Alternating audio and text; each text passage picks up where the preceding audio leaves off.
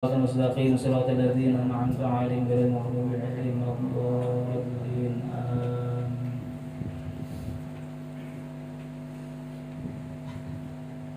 بسم الله الرحمن الرحيم.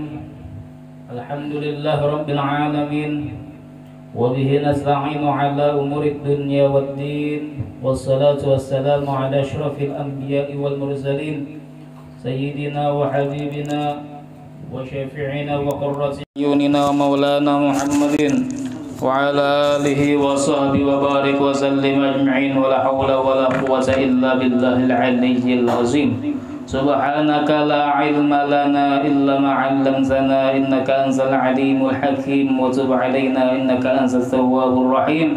رب اشرح لي صدري ويسر لي أمري واحلل عقدة من لساني يفقهوا قولي. Alhamdulillah, bersyukur kepada Allah Subhanahu wa taala yang telah memberikan kita banyak nikmat, terutama pada malam hari ini kita diberikan nikmat keistiqomahan di dalam berhadir dalam majlis ta'lim. Mudah-mudahan Allah Subhanahu wa taala terus berikan kita keistiqomahan sampai pada akhir hayat kita. Amin amin ya rabbal alamin. Salawat serta salam selalu tercurahkan kepada junjungan kita Nabi Muhammad sallallahu alaihi wasallam, atas keluarga beliau dan sahabat-sahabat beliau dan seluruh pengikut beliau hingga akhir zaman. Hadirin hadirin, an Abi Sa'labah Al-Khushani Jursum bin Nashir radhiyallahu anhu, daripada Abi Sa'labah Al-Khushani, nama beliau Jursum bin Nashir radhiyallahu anhu. An Rasulillah sallallahu alaihi wasallam, daripada Rasulullah sallallahu alaihi wasallam, qala, beliau bersabda, Innallaha ta'ala farada faraidha, sesungguhnya Allah Ta'ala memfardukan kefarduan, fala tudayyi'uha, maka janganlah kalian menyia-nyiakannya. Jadi Allah, kata Rasulullah, Allah memfardukan fardu kepada kita, kefarduan, dan Allah mewajibkan kita untuk melakukannya.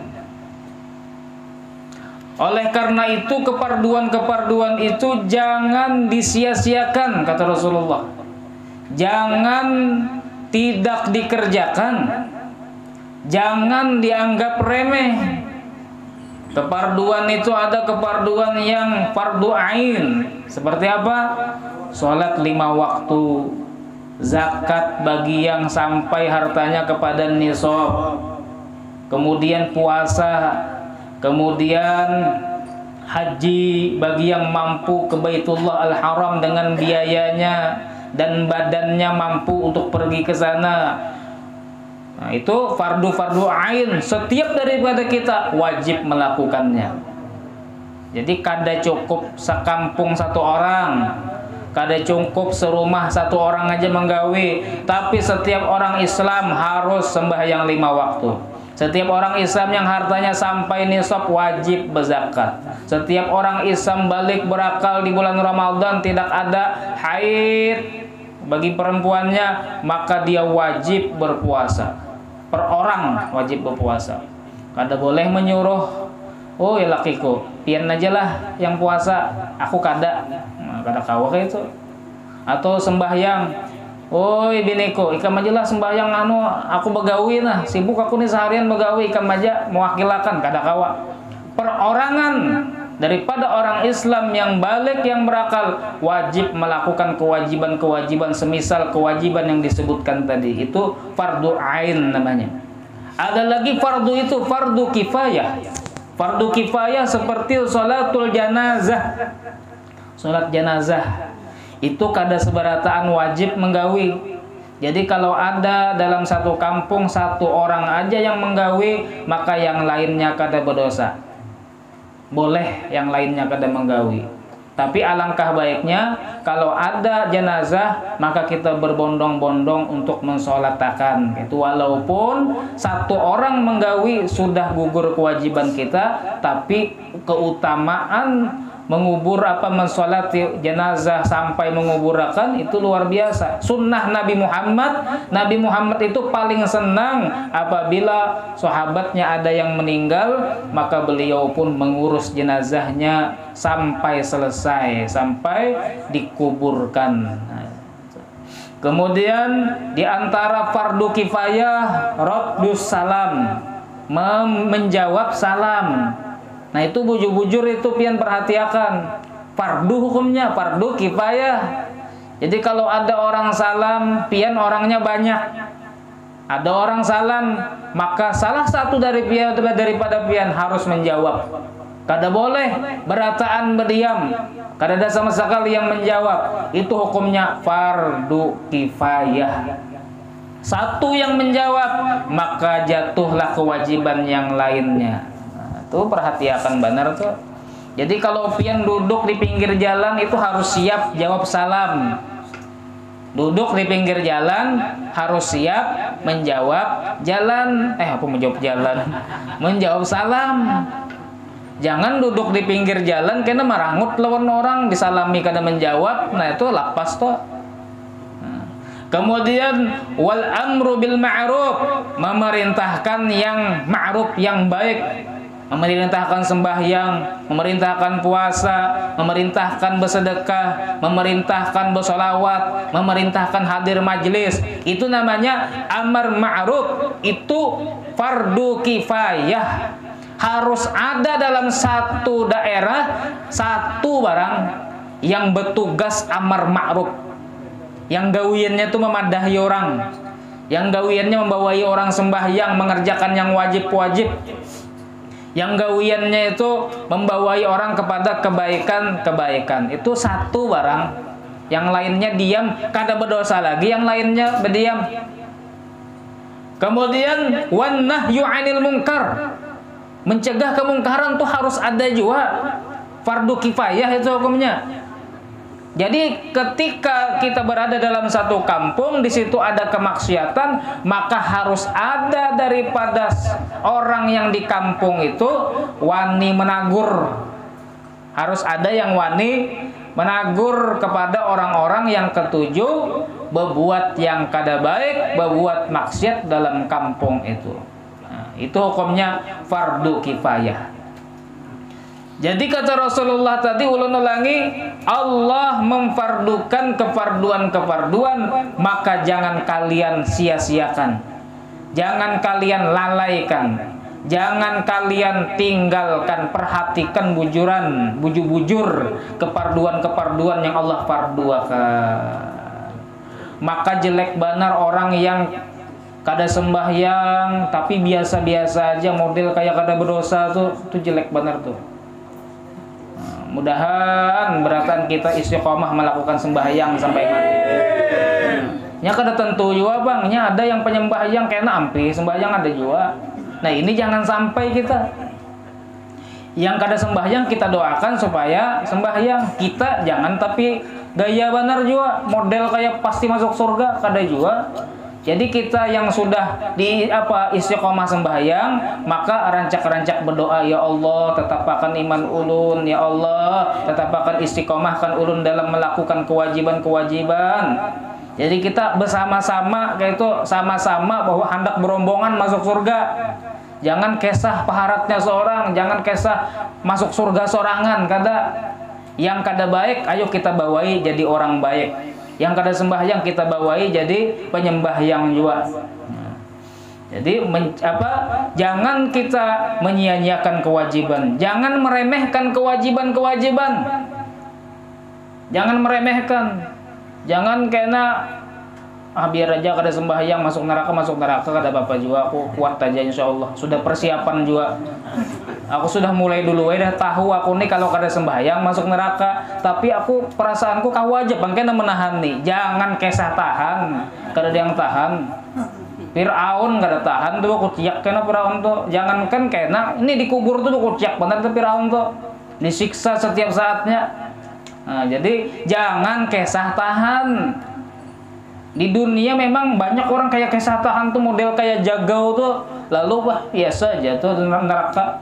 Nah itu lain lagi, lain setumat lagi masuk nerakanya. Kalau menganggap neraka tuh biasa aja tuh bisa murtad, selama-lamanya di neraka. Menganggap azab neraka tuh biasa-biasa aja. Padahal Allah menyambat dalam Al-Qur'an banyak Allah menerangkan tentang azab yang pedih, azab yang ngeri. Lalu kita beranggapan, wah azab neraka itu biasa aja, maka orang tadi keluar daripada agama Islam. Kada menghabiskan dosanya lagi, tapi selama-lamanya dalam neraka. Bahaya tuh. Kalau ada orang masuk neraka, ya masih Islam agamanya, ada masih harapan bahagia masuk surga, ada masih harapan. Tapi kalau sampai murtad menganggap neraka itu biasa-biasa aja, kadang ngeri, kadang bahaya bagi dirinya, maka orang ini selama-lamanya di dalam neraka. Na'udzubillah min dzalik. Mudah iman kita dikuatkan terus oleh Allah Subhanahu wa taala. Jadi jangan meremehkan kayak sembahyang, jangan diremehkan. Anggap sembahyang itu adalah suatu yang berharga bagi kita, suatu yang penting bagi kita, penting benar sembahyang itu. Orang yang mengerjakan sembahyang maka dia akan terjaga daripada fahsya dan mungkar, tercegah daripada perbuatan yang keji dan mungkar. Kalau orang sembahyang bujur-bujur khusyuk dalam sembahyangnya, dia merasa hadir dalam hatinya ketika dia sembahyang, maka akan jauh daripada perbuatan yang kada baik. Penting benar sembahyang ini, keperluan kita. Jar Zainuddin MZ kayak apa? Jar Sidin, jangan dijadikan sholat itu sebagai beban kita, tapi jadikanlah sholat itu sebagai keperluan kita. Kalau menjadikan sholat sebagai beban, itu yang berat benar, itu kepala hendak berbangun tuh yang menganggap sholat sebagai beban. Tapi kalau kita jadikan keperluan kita, kebutuhan kita, maka kita akan semangat melakukannya. Nah kayak kita bagawi itu mencari nafkah segan anak bini. Kenapa jadi semangat? Karena kita merasa itu keperluan kita. Nah, pokoknya kalau kita merasa itu keperluan kita, semangat kita menggawi sembahyang itu. Jadi kewajiban yang paling utama yang kita lakukan itu tuh sembahyang. Yang lainnya gawi juga, jangan sembahyang aja. Tapi yang paling utama dan yang paling pertama karena dihisab di akhirat itu sembahyang. Jadi Nabi dulu pernah ketika dalam perjalanan Isra, beliau melihat ada beberapa orang yang mana mereka itu kepalanya dibenturkan dengan batu yang besar sampai kepalanya pecah, kemudian kepalanya kembali seperti semula lagi, kemudian dibenturkan lagi dengan batu, pecah lagi, keluar otaknya, keluar isi kepalanya, kemudian kembali utuh seperti semula lagi, dan seperti itu seterusnya. Maka Nabi bertanya kepada Jibril, yang mana Jibril ketika itu yang menuntun Nabi Muhammad dalam perjalanan Isra, yang membawa Nabi Muhammad SAW.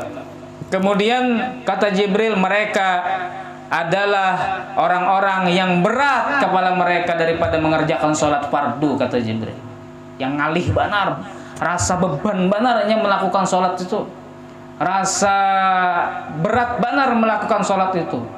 Banyak orang yang kada sembahyang itu pian, kalau inya ke tempat olahraga, pengarannya itu tempat olahraga yang mengangkat-angkat tuh kuat benar mengangkat itu. Sembahyang bebaya, sembahyang zuhur setumat aja kada kawanya. Aneh kalau sembahyang subuh kayak itu aja kada kawa. Padahal luar biasa angkatannya. Berapa kilo itu? Yang ketujuh lari. Oh, ketujuh lari, umpat lomba-lomba lari sampai menangnya lomba lari. Kalau kada sembahyang uyuh. Kalau kada sembahyang maksudnya jelek banar. Buka aja uyuh sampai nang kayak itu. Hakun aja. Kenapa sembahyang yang cuma nang kayak itu aja? Ruku, i'tidal, sujud. Masa kada kawa? Terlalu banar. Banyak orang itu begawi kayak itu juga. Ada yang membelta, ada yang kerja bangunan, ada yang di sawah, uyuh banar itu. Sembahyang kada kawa, terlalu banar. Itu uyuh banar, gawian itu di sawah itu kepanasan. Pokoknya banyak orang-orang di sawah tuh sudah pokoknya hirang-hirang kada bapak sudah. Bepaluh kada bapak sudah. rigat baju kada apa sudah relanya sudah baju rigat kayak itu nah bepalo awak hirang kawa menggawi kenapa sembahyang kada kawa terlalu benar setumat aja sembahyang itu dan itu karena akan dijanjikan oleh Allah orang-orang yang mengerjakan sholat dengan istiqamah maka akan Allah janjikan surganya. Nah mudah-mudahan gitu nah yang belum istiqomah sembahyang mudah-mudahan sembahyang sampai mati karena pas sudah dikubur hanya perai kita sembahyang dikubur kedua sembahyang pian di situ menunggui aja lagi nunggu kiriman makanan melihati surga daripada kubur orang-orang yang beriman orang-orang yang soleh di kubur tuh sudah melihat surga sudah melihat tempatku kayaknya di surga itu sudah kelihatan tempatnya. Jadi kita ayo di dunia ini kerjakan kewajiban-kewajiban, jangan kita remehkan kewajiban-kewajiban itu. Jadi kata Jibril tadi, mereka wahai Rasulullah adalah orang-orang yang berat kepala mereka daripada mengerjakan sholat. Setiap kali mereka wa ma zalamahumullah syai'a. Allah tidak zalim kepada mereka, ujar Jibril.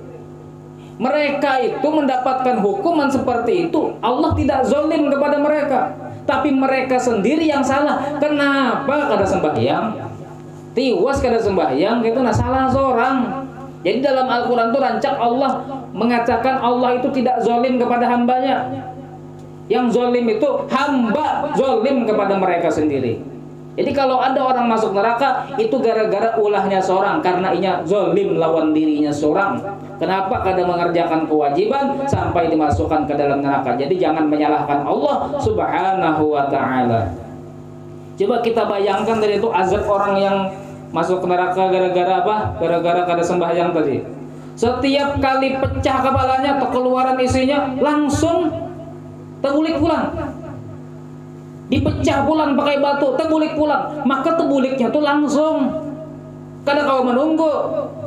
Ayo kada kau ditawar. Malaikat tunggu pang dulu nah 15 menit kah dulu per libur dulu nah istirahat dulu. Kada kau cakanya kau kayak itu kan? Ini langsung habis dibenturkan dengan batu, pecah kepala, langsung terbulik pulang.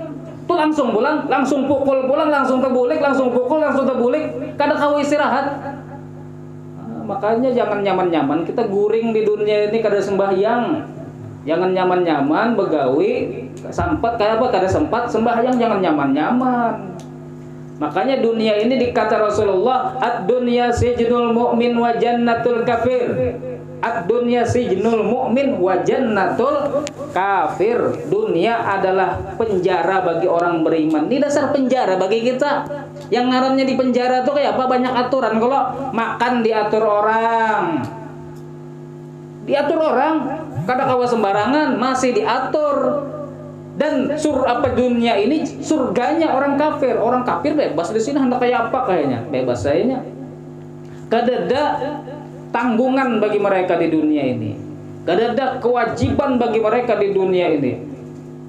Walaupun sebenarnya mereka nanti di akhirat akan diazab gara-gara kada sembahyang, gara-gara kada berzakat, gara-gara kada mengerjakan kewajiban-kewajiban. Mereka akan diazab walaupun seperti itu. Nah, jadi kita berhati-hati. Umur kada bebau. Jadi banyak sudah contoh-contoh daripada saudara-saudara kita sama muslim yang mendahului kita. Banyak banget yang anum-anum wah ini meninggalan banyak juga. Hati-hati. Ulama-ulama kita pun anum-anum wah ini meninggal. Coba Syekh Ali Jaber umur sidin berapa? 40 tahunan aja. Ustadz Arifin Ilham 40 tahunan aja jiwa. Habib Munzir Al-Musawa 40 tahun. Ustadz Jepri Al-Bukhari 40 tahun. Nah, pianlah hendak berpikir 70 tahun. Aku ini kayaknya 100 tahun. Aku kayaknya 150 tahun. Jangan jauh benar. Jadi persiapkan semuanya.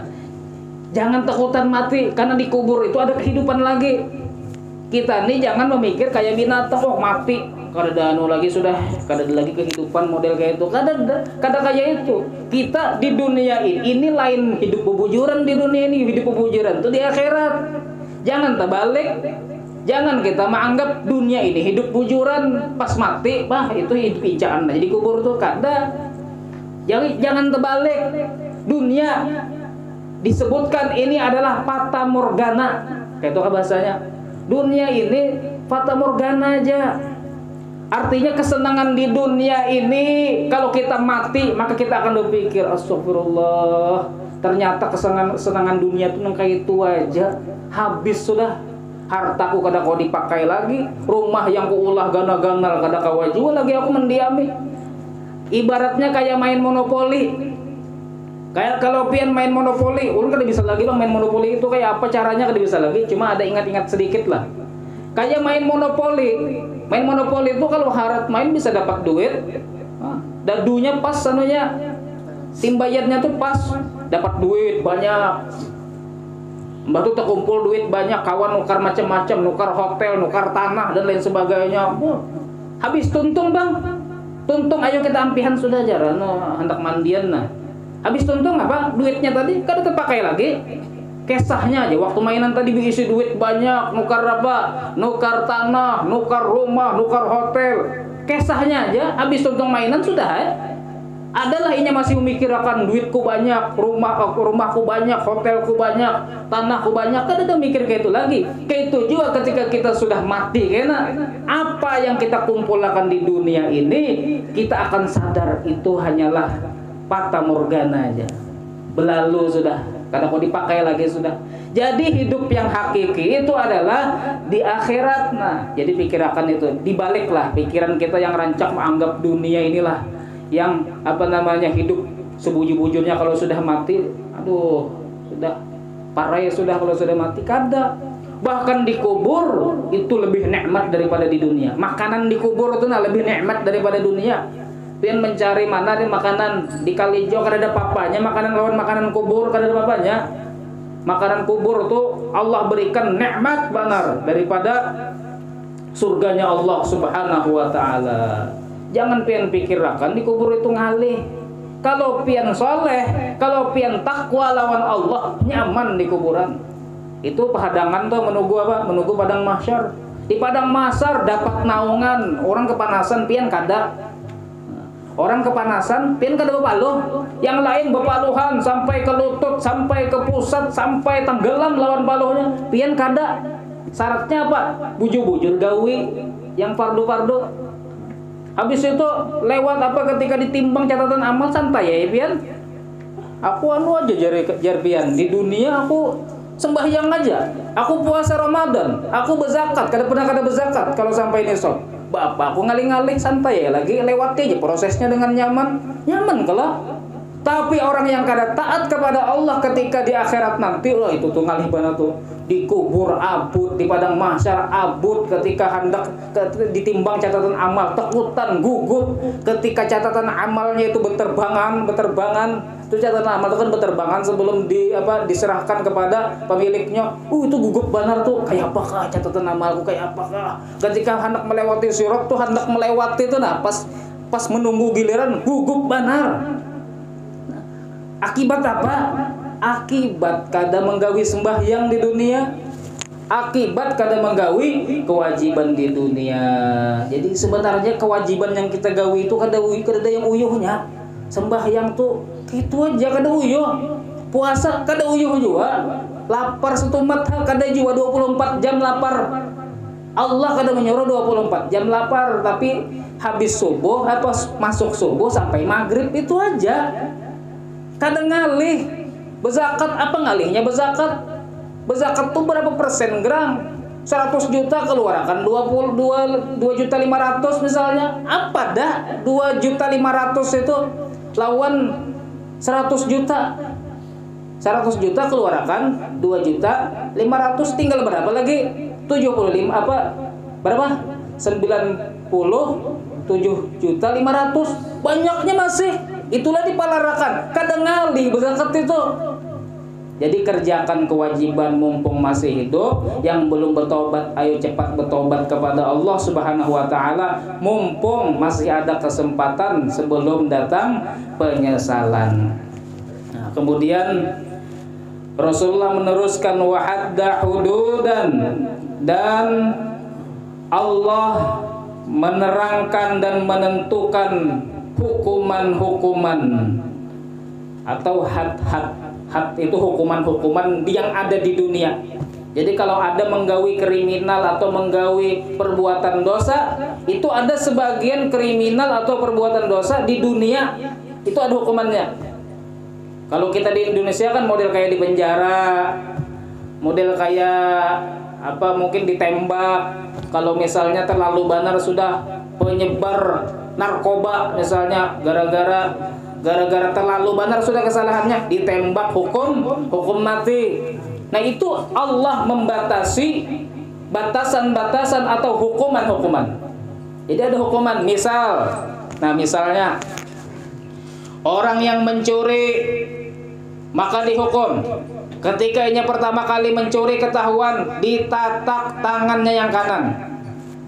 Nah, jadi tangan yang kanan dimasukkan ke banyu panas, habis itu ditarik supaya nyaman ditatak di sini. Nah, di sini menataknya. Ditarik, habis itu dipotong, hilang dah tangan kanan. Habis itu ketahuan pulang mencuri, masih ada jaranya, mencuri pulang, maka batisnya dimasukkan ke dalam minyak dan dipotong, batis kirinya. Jadi silang sudah nih, tangan kanan hilang, batis kiri hilang. Mencuri pulang, masih aja kada jarak. Misalnya, kemudian ditatak tangan kirinya. Hilang sudah, tinggal batisnya lagi satu. Mencuri pulang, tatak batisnya, batis yang kanan. Jadi habis sudah, tangan dua-duanya kutung, batis dua-duanya kutung. Habis itu bang, ya apa lagi nih? Habis sudah, kepala kalau lagi dipanggal nih. Nah, terlalu benar sudah, tangan dua-duanya, batis dua-duanya, masih aja. Jadi kira-kira tuh, kira-kira orang sekali mencuri penjara sudah kalau kayak itu hukumannya. Kada mau bang sampai tangan dua, batis dua terpotong berataan. Artinya had atau hukuman yang Allah tentukan itu harus dilaksanakan, jangan kada dilaksanakan. Supaya apa? Supaya ada jarak orang yang mencuri itu. Coba orang mencuri itu kada dihukum, wah nyaman banget mencuri terus. Ketahuan di penjara sebulan aja, yang curi pulangnya. Kalau kayak itu aja di penjara 2 bulan, 3 bulan, bah mana jaranya? Syariat Islam itu luar biasa, dipotong. Itu amping sudah tuhnya, kada mau lagi. Kecuali bebungulan orangnya. Mencuri pulangnya kalau bebungulan. Kemudian ada lagi hukuman zina. Zina itu hukumannya kayak apa? Kalau yang berzina tadi orang yang sudah mempunyai pasangan, yang lakian sudah diisi bini, yang binian sudah diisi laki, berzina, maka hukumannya dirajam. Dirajam itu kepalanya dilempari batu sampai mati. Jadi awaknya itu ditanam ke dalam tanah, kemudian kepalanya dilempari batu sampai mati. Nah itu hukumannya tuh. Ini dilaksanakan bagus dan harus dilaksanakan. Kenapa? Karena untuk memberikan efek jera kepada orang-orang yang lain, supaya kada ada lagi yang mengumpati perbuatan yang kayak itu, perbuatan yang menjijikan seperti itu. Jadi kalau orang melihat nang kayak itu, nah pasti jara, pasti orang takutan benar. Tapi kalau dimamai aja, jadi ada orang berzina misalnya di taman, datang polisi, jangan kayak ini, kada baik, kayak boleh. Habis tuinya kayak itu bulan. Kada dihukum. Coba kalau dihukum, ada satu orang sebagai contoh, inya sudah dihukum rajam sampai mati, maka yang lainnya pasti takutan. Kaduan itu bang. Kenapa wah ini banyak perzinahan? Karena kada ada hukumannya. Dimamai aja, disuruh bulik aja. Nah, jadi apa yang ditentukan oleh Allah daripada hukuman-hukuman perbuatan dosa itu sangat pas dan harus dilaksanakan. Jadi kalau ada misalnya pemerintah kada menerapkan hukum gaya ini, maka inya tuh tanggung jawab karena di akhirat. Sudah ditentukan lah, mencuri kayak ini hukumannya, berzina kayak ini hukumannya, kada melakukan, maka mereka tanggung jawab karena di akhirat. Kemudian orang yang berzina tadi misalnya orang yang belum diisi pasangan, maka hukumannya adalah dicambuk. Hukumannya dicambuk, kemudian diusir selama 1 tahun daripada kampung dia tinggal. Nah, misalnya berzina di satu kampung, maka ini dicambuk, di depan umum dicambuk, habis itu diusir selama 1 tahun. Jangan berdiam di kampung kami 1 tahun. Nah, itu hukumannya jerak banar. Jerak banar. Kemudian minum khamar, mabuk-mabukan, maka ini hukumannya 40 kali cambukan. Cambukannya itu kada cambukan biasa, cambukan sekeras-kerasnya memukul, supaya jarak 40 kali cambukan. Kemudian menuduh orang berzina, itu ada hukumannya juga. Jadi jangan sampai pian sembarangan nuduh orang berzina, walaupun melihat orang misalnya pakaiannya kada baik. Pak, ini pakaiannya kada baik, pasti sudah nih tiap hari berzina aja luwian nih. Kada boleh. Pian kada ada buktinya. Pian kada melihat langsung, menuduh orang berzina, itu hukumnya dosa besar. Itu ada hukumannya juga dalam syariat. Maka dia dicambuk 80 kali cambukan hukumannya. Menuduh orang berzina tapi kada ada buktinya, dicambuk 80 kali cambukan. Jadi jangan kalau melihat artis pina nakal benar, nakal kelihatan dari zahir ini nakal benar, jangan disambat, pasti sudah nilai luwau sudah orangnya nih misalnya, apakah jangan. Kita kada tahu orang itu, bisa jadi orang itu nakal, memang nakal dari segi pergaulan, mungkin inya mengganja, mungkin inya minum khamar, tapi inya kada berzina, bisa juga. Kemudian banyak lagi daripada perbuatan-perbuatan maksiat atau kriminal yang di situ ada batasan-batasan atau hukuman yang Allah tentukan. Cuma di sini kada dipakai pang di Indonesia nih, kada dipakai. Kalau kayak di mana? Di mana itu ngarannya? Aceh itu dipakai itu. Kayak main cambuk-cambuk nih dipakai. Jadi orang ketahuan berpacaran, ketahuan dia sampai berbuat mesum atau zina, itu dicambuk di depan umum. Nah. Kemudian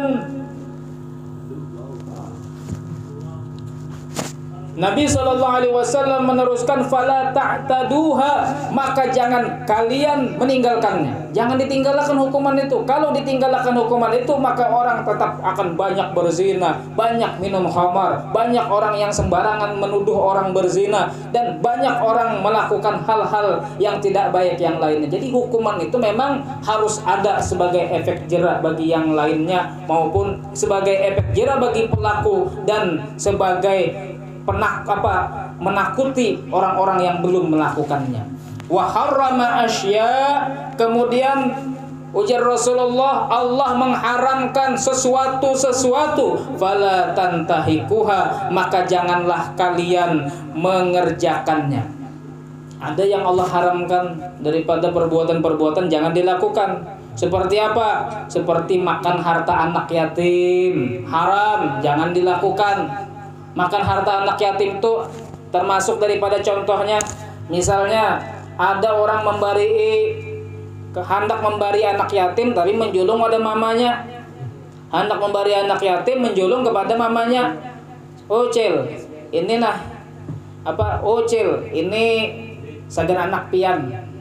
Ini sagan anak pian. Maka mamanya memakan kada boleh. Mamanya memakan kada boleh. Makanya kalau orang hendak membari anak yatim lawan membantui mamanya juga, maka bapada ini sagan pian. Lawan sagan maurus sagan biaya anak pian juga. Nah kayak itu nyaman. Mamanya boleh memakai, anaknya boleh memakai. Jadi kalau mamanya memakai misalnya kayak pertama tadi, ini sagan anak pian, maka itu memakan harta anak yatim ngarannya. Kemudian di antara dosa yang jangan kita lakukan adalah riba. Riba, misalnya menghutangi orang 5.000 disuruh bayar 10.000. Menghutangi orang 2 juta suruh bayar 2.500.000. 500-nya itu riba. Nah, ini adalah dosa yang besar, yang mana orang yang melakukan riba, makan riba, itu nanti di akhirat bangun seperti orang yang kerasukan jin, bangkit ke padang mahsyar seperti orang yang kerasukan jin, kada normal. Nah, kemudian uquqil walidain, durhaka kepada kedua orang tua. Ini termasuk dosa yang diharamkan oleh Allah, jangan dilakukan, jangan didekati. Durhaka lawan orang tua ini banyak orang kada merasa. Inya merasa kaya kada durhaka lawan orang tua, padahal durhaka. Apabila seseorang itu sekali aja menolak orang tua, menolak apa yang diperintahkan orang tua, itu durhaka itu sudah. Durhaka itu sudah. Jadi hati-hati. Kekanakan tuh dilajari. Kalau inya sawat, misalnya ini ibu-ibu nih. Kalau sawat misalnya anak pian itu lawan pian. Nah, tukarakan pang Indomie 5 bungkus. Uyuh ulun naik. Itu pian lajari langsung. Kada boleh ikan nakai, kada boleh pian nakai upandir kayak itu. Itu termasuk durhaka ngarannya. Orang tua menyuruh, pian langsung menolak. Durhaka itu ngarannya, kada boleh. Langsung nasihati ketika itu juga. Jangan pian biarakan ini setiap hari kayak itu. Pian suruh menolak, pian suruh menolak, pian suruh menolak, maka itu jadi kebiasaan sampai inya ganal karenanya pian suruh kada mau menurut sama sekali.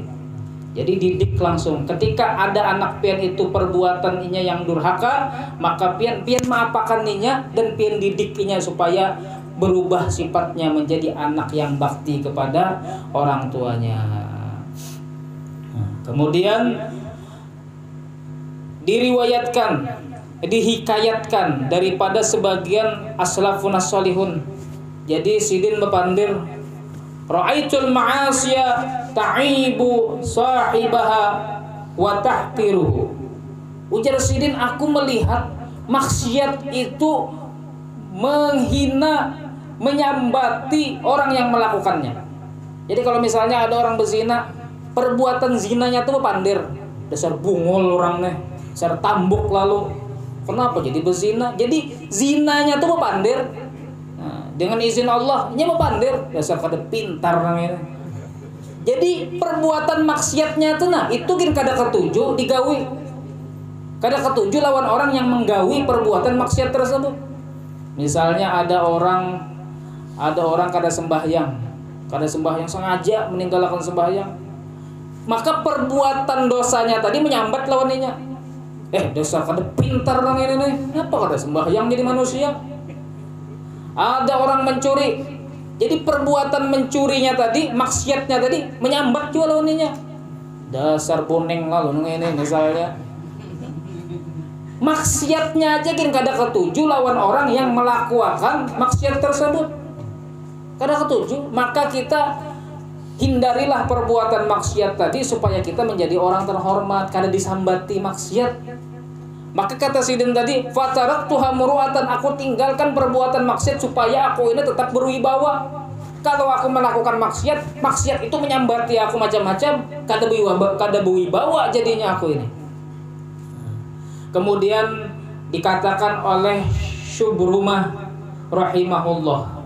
Sidin bepandir nih bagus benar nah. Kata-kata sidin ini, al-ajabu mimman yahtami minal halali makhafatad da' wa la yahtami minal harami makhafatad nar. Sungguh mengherankan orang yang menghindari makanan yang halal karena takut penyakit, tapi dia berani melakukan yang haram, tapi dia berani melakukan yang haram dan tidak takut kepada neraka. Bagus banget kata-katanya tuh. Ulangi lagi supaya paham, supaya jadi renungan bujur-bujur. Mengherankan sekali, aneh sekali orang yang menjaga dirinya daripada makanan yang halal karena takut penyakit, namun dia tidak menjaga dirinya daripada yang haram karena takut kepada neraka. Kan banyak orang takutan kolesterol, ya kah? Takutannya, jadi makan daging kambing takutan gara-gara takutan kolesterolnya tambah. Padahal makan daging itu halal hukumnya. Takutannya makan daging gara-gara takutan lawan penyakit. Kada mau makan daging yang halal, padahal halal itu gara-gara takutan lawan penyakit. Tapi inya kada takutan lawan perbuatan maksiat, padahal perbuatan maksiat itu haram dan akan menjerumuskan inya ke dalam neraka. Kada takutan lawan yang halal, takutan lawan yang haram, wani benar menggawi. Itu kalau anehnya orang makan daging itu bisa menyebabkan kolesterol. Ujar orang Jepang padahal kada bujur itu. Mungkin gara-gara dadangaran, makan daging itu bisa menambah kolesterol. Lalu aja takutan nih makan daging, padahal halal makan daging itu. Takutan makan daging halal, tapi mengerjakan maksiat wani banar. Padahal akibat daripada maksiat itu adalah masuk ke dalam nerakanya Allah Subhanahu wa taala.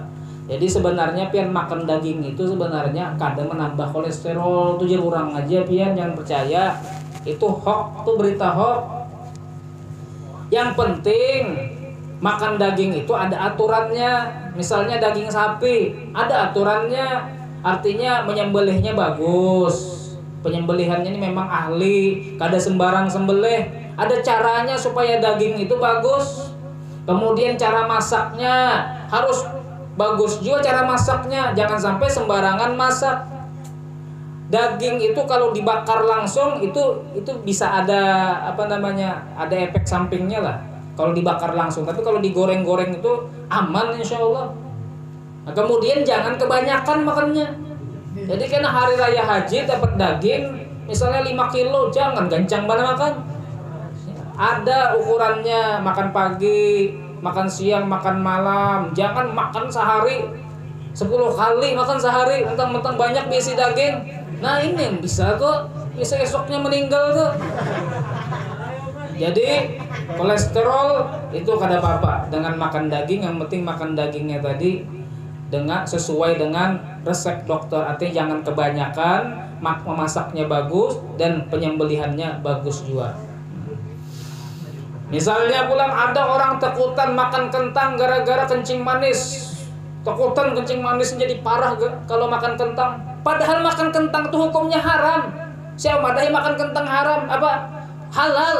Salah pandir ulun.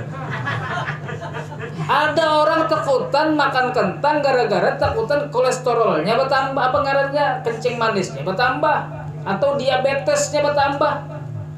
Padahal makan kentang itu hukumnya halal, takutannya makan gara-gara takutan penyakit. Kenapa menggawi maksiat wani, padahal maksiat itu hukumnya haram, dan kalau berbuat maksiat bisa masuk neraka. Nah itu tuh poinnya itu. Tapi ulun padahi pulang pian makan kentang itu bagi orang kencing manis itu kada berbahaya, bagus. Yang penting jangan kebanyakan, itu pulang tuh resepnya. Jangan kebanyakan. Kalau pian makan kentang kada bemasakan langsung ikut aja misalnya 10 bisa jadi menambahi daripada kencing manis tadi. Nah, jadi intinya banyak orang takutan makanan gara-gara takut penyakit. Takutan makan yang halal gara-gara takut penyakit. Tapi banyak daripada mereka wani menggawi perbuatan maksiat dan padahal itu menyebabkan masuk ke dalam nerakanya Allah Subhanahu wa taala. Naudzubillah min dzalik. Teruskah? Dikit sudah nih. Dikit lagi. Wasakata an asya'a ghaira nisyanin. Dan Allah diam daripada sesuatu tanpa kelupaan. Artinya Allah Subhanahu wa taala itu tidak menjelaskan sebagian hukum-hukum, tidak menurunkan hukum-hukum sesuatu atas Nabi Muhammad SAW itu sebagai kasih sayang bagi kalian. Dalam Al-Quran tuh itu kada banyak, maksudnya kada Allah jelaskan hukum-hukum yang lebih daripada itu.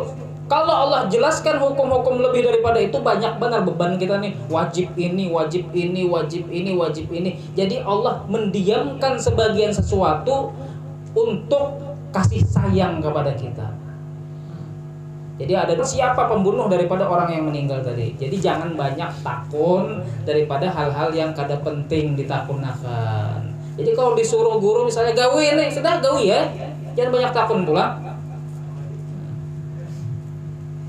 Fala tabhasu anha, maka jangan kalian membahas daripadanya. Menurut sebagian daripada ulama mentafsiri daripada hadis ini, menjelaskan hadis ini, maksud daripada hadis ini adalah pada zaman Nabi. Pada zaman Nabi itu kalau Nabi sudah menjelaskan hukum, jangan lagi banyak bertakun. Kalau banyak bertakun karena takutan mengalihi pulang. Karena kadang-kadang sahabat itu bertakun tentang sesuatu, gara-gara takunannya tadi akhirnya ada pulang tambahan kewajiban. Nah itu takutannya tuh. Sampai ada sahabat dulu bertakun, wahai Rasulullah, bahaji itu setiap tahun kah tuh sekali aja wahai Rasulullah. Ujar Rasulullah, seandainya aku padahkan bahaji itu tiap tahun, kamu wajib bahaji tiap tahun. Artinya jangan banyak bertakun. Sudah disuruh bahaji sekali aja sudah cukup. Gara-gara ikan banyak takun kayaknya bisa ditambahi wajib haji tiap tahun bagi yang mampu. Ngali pulang kan ikan. Itu orang Arab tuh, kayak orang Indonesia tiap tahun bahaji. Apalagi yang pemalar bisa kada tegawi itu. Jadi jangan banyak bertakun pulang. Apa yang sudah Allah tentukan itu sudah kerjakan. Jangan memandirakan yang lainnya pulang. Jangan membahas sesuatu yang lain daripada itu. Jadi ada juga dalam hadis yang lain Nabi bersabda, halakal mutanatti'un, celaka orang-orang yang suka membahas yang tidak penting. Yang kada penting itu dibahas. Misalnya bertakun lawan guru-guru.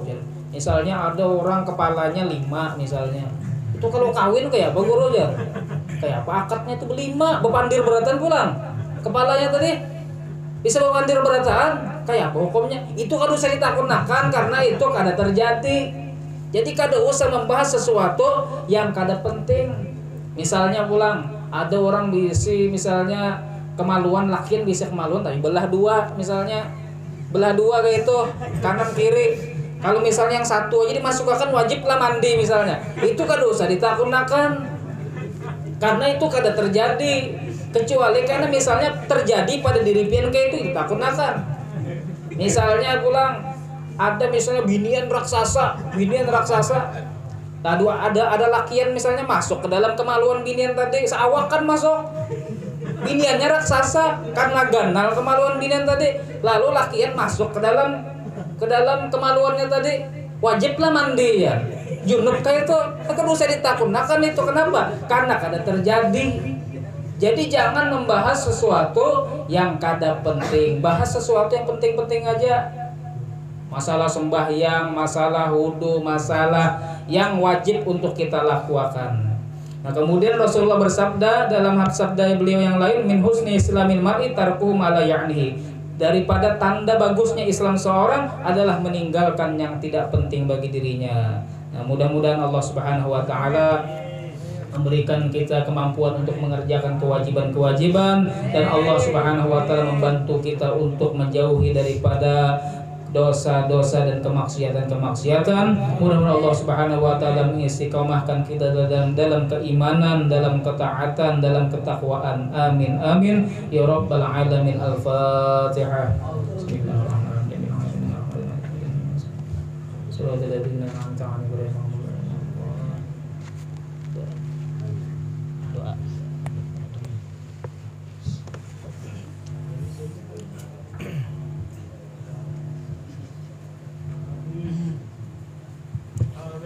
Amin. Amin. Amin.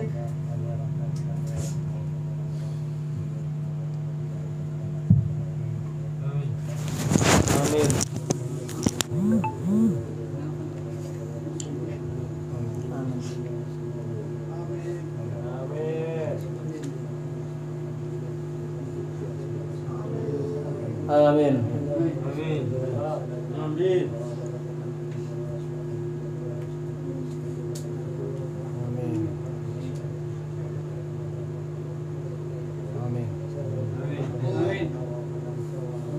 Amin. Amin.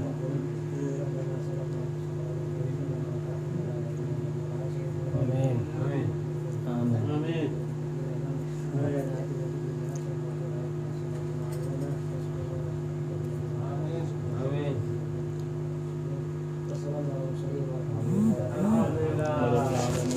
taqabbalallahu